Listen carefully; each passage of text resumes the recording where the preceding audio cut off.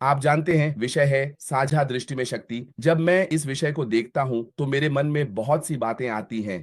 हम सब यहाँ एक कारण से हैं। आप जानते हैं हम यहाँ इसलिए हैं क्योंकि हम श्री अश्मोफराह के सपनों में विश्वास करते हैं, हम उनकी दृष्टि में विश्वास करते हैं, हम उनके मिशन में विश्वास करते हैं। और जब हम एक साथ आते हैं तो उसमें भी शक्ति होती है। जैसा कि पीटर रोजर ने कहा, उद्देश्य की एकता। आप जानते हैं यहाँ एकता है, उद्देश्य की एकता। इसका क्या मतलब है? आप जानते हैं जब हम दृष्टि को देखते हैं तो इसका क्या अर्थ है? उन्होंने कहा कि एक साझा दृष्टि लोगों को दिशा की स्पष्टता देती है, जिससे यह सुनिश्चित होता है कि हर कोई एक ही लक्ष्य की ओर बढ़ रहा है। हम सब एक ही लक्ष्य की ओर बढ़ रहे हैं, वह लक्ष्य जो श्री अशरफ ने शुरुआत से ही बताया था। अगर हम यहाँ हैं और वास्तव में नहीं समझते, चाहे आप यहाँ 1 साल, 2 साल या 5 साल से हैं, और आप यह नहीं समझते कि श्री अशरफ जो कर रहे हैं, वह क्यों कर रहे हैं, तो मुझे यकीन है कि आप गलत व्यवसाय में हैं, क्योंकि इस व्यवसाय का एक स्पष्ट लक्ष्य है, स्पष्ट दृष्टि है, और श्री एश मोफोराह ने कभी भी छुपाया नहीं है। वह कभी भी अपने लक्ष्यों से पीछे नहीं हटे हैं कि वह क्या हासिल करना चाहते हैं। और हम सभी से, जो उन्हें फॉलो करना चाहते हैं, उनसे क्या अपेक्षा है? समझ रहे हैं आप? और फिर मैं एक और बिंदु देखता हूँ। साझा दृष्टि में ताकत होती है, उसमें सामूहिक दृढ़ता होती है। आप जानते हैं साझा दृष्टि में सामूहिक दृढ़ता होती है, यानी चुनौतियाँ ज़रूर आएँगी, क्योंकि हम सब साथ हैं तो यह बोझ हल्का लगता है। समझ रहे हैं? यह हल्का महसूस होता है। भले ही हमें किसी चीज़ से चुनौती मिले, लेकिन जब हम साथ होते हैं तो वह चुनौती भी हल्की लगती है। यह बस एक हल्का बोझ है, क्योंकि हम सब कुछ आपस में बांट सकते हैं और इसमें सहयोग और विश्वास भी है। हम सहयोग करते हैं, प्रक्रिया पर भरोसा करते हैं, और जो श्री अशरफ फराह कर रहे हैं। और अगर हम इसे व्यक्तिगत रूप से देखें, अपने खुद के व्यक्तिगत जीवन में, तो हम इससे व्यक्तिगत रूप से कैसे जुड़ते हैं? यहाँ तक कि अपने परिवार के जीवन में भी अगर विश्वास नहीं है, आस्था नहीं है, तो आप उस व्यक्ति के साथ न तो निभा सकते हैं, न ही आगे बढ़ सकते हैं। क्योंकि जब हम किसी चीज में विश्वास करते हैं, जब लक्ष्य स्पष्ट होते हैं, तो चाहे दूरी कितनी भी लगे, लेकिन क्योंकि हम सभी उस खास सपने और दृष्टि पर केंद्रित हैं, तो वह दूरी कोई मायने नहीं रखती। क्योंकि एकमात्र चीज जो हम देखना चाहते हैं वह है अंतिम लक्ष्य। हम बहुत मजबूती से समाप्त करना चाहते हैं। मुझे लगता है कि अब हम सभी जानते हैं, हम सभी इस बात से अवगत हैं कि हमारा दृष्टिकोण या इस कंपनी में हम सभी का मिशन मानवता पर प्रभाव डालना है। और मानवता पर प्रभाव डालने के लिए ऐश ने इस व्यवसाय या इस कंपनी को इस तरह से संरचित किया है कि अब हम सभी जानते हैं कि हमें कहां जाना है। एक शक्तिशाली एप्लीकेशन, सॉफ्टवेयर डेवलपमेंट एप्लीकेशन बनाकर जो हमें मानवता के विश्वास के सपनों को पूरा करने के लिए सशक्त बनाकर मदद करेंगे। शिक्षा, व्यक्तिगत विकास और वित्तीय समृद्धि, जैसा कि ऐश ने खुद कहा था, तो इसे भी मैं एक तरह के तीन तरफा वीआईपी के रूप में देखूंगा। जब मैं वीआईपी की बात करता हूं तो मैं मूल्य, बुद्धिमत्ता और जुनून की बात करता हूं। चाहे वे पेशेवर हों, आईटी के लोग जो ये उत्पाद बना रहे हैं, या हम खुद। पहला, मूल्य यानी वी। हम सभी अपने मूल्य को जानते हैं। हम सभी जानते हैं कि यूएस के लिए खड़ा है। बुद्धिमान, हम सभी बुद्धिमान लोग हैं क्योंकि उनका सपना और उनकी दृष्टि यही है। तब क्या? जुनून, वह वीआईपी है। जुनून, हम सभी में जुनून है। हम सभी में वह जुनून है।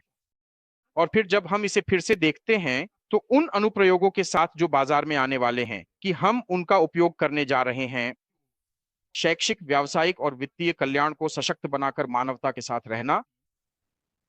आइए धन के बारे में बात करें। दुनिया में धन है। आप धन को चार अलग अलग दिशाओं में भी देख सकते हैं।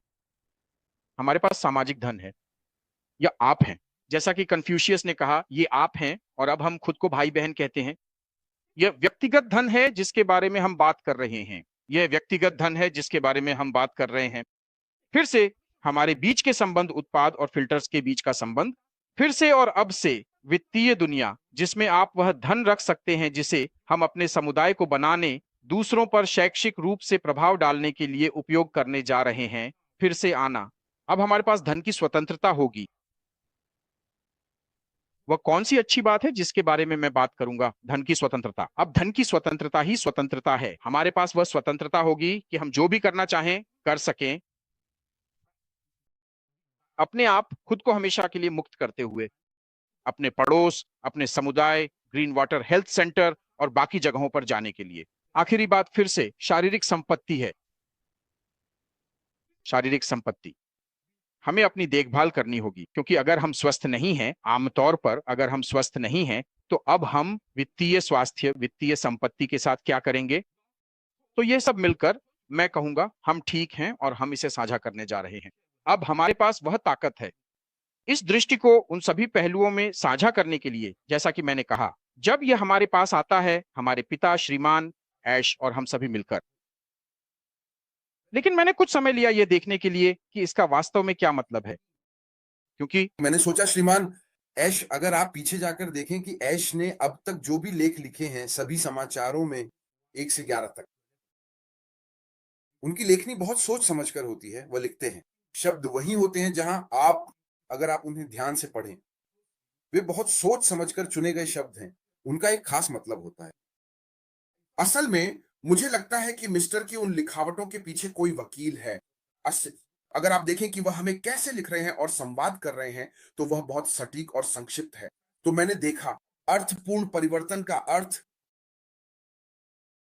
अर्थपूर्ण परिवर्तन को एक महत्वपूर्ण और उद्देश्यपूर्ण बदलाव के रूप में परिभाषित किया गया है, जो सुधार, विकास या गहरे प्रभाव की ओर ले जाता है। चाहे वह किसी व्यक्ति विशेष, किसी संगठन, किसी प्रणाली या संपूर्ण समाज के लिए हो। यही हमारे पिता श्रीमान हाउस ने इन ऑल न्यूज 11 में लिखा था। हम अर्थपूर्ण परिवर्तन लाने जा रहे हैं, चाहे वह सभी के लिए सुलभ हो या नहीं, आप जानते हैं। तो इसमें कुछ मुख्य विशेषताएं हैं जब हम अर्थपूर्ण प्रभाव की बात करते हैं।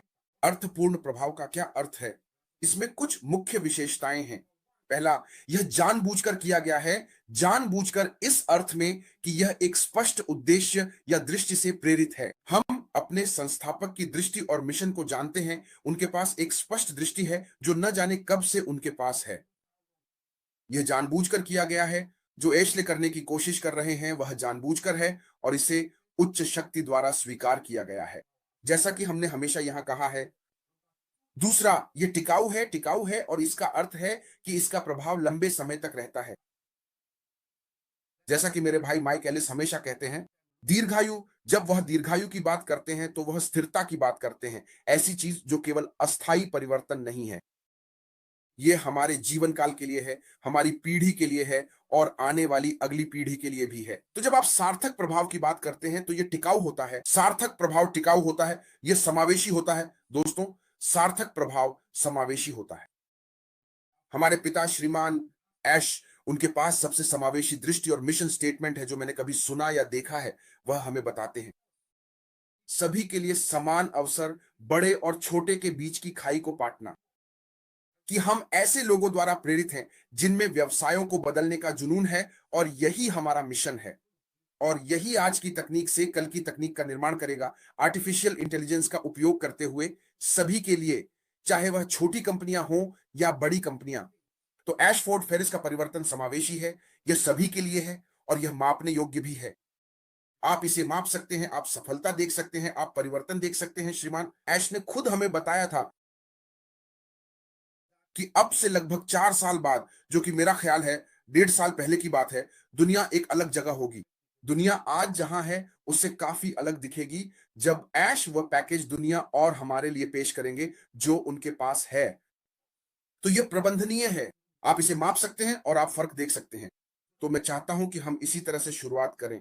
मुझे पता है कि मेरे भाई किसी भी दिशा से आएंगे और इस विषय को और बड़ा बना देंगे, लेकिन यही बात मेरे मन में थी, मेरे दिमाग में।